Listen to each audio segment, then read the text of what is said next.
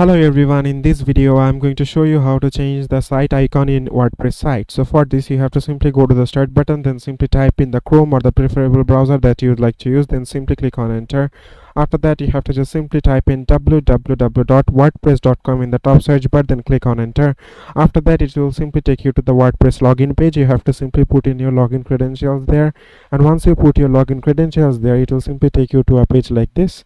From here you have to just simply click on the settings icon, and once you click on the settings icon it will show the site icon. Here you can see you have already got the option, the site title, tagline, site icon and site logo. You can just simply click on the choose a site icon, and you can simply choose a select a file, and you can just it will just simply give you the access to choose a icon from your desktop or your device. And you can also go for the try fiber logo maker, and after that what you need to do is just simply scroll down and just simply click on the save changes option from here. And once you do that, it will simply update the logo accordingly. So it is as simple as that, guys. Thank you very much for watching this video.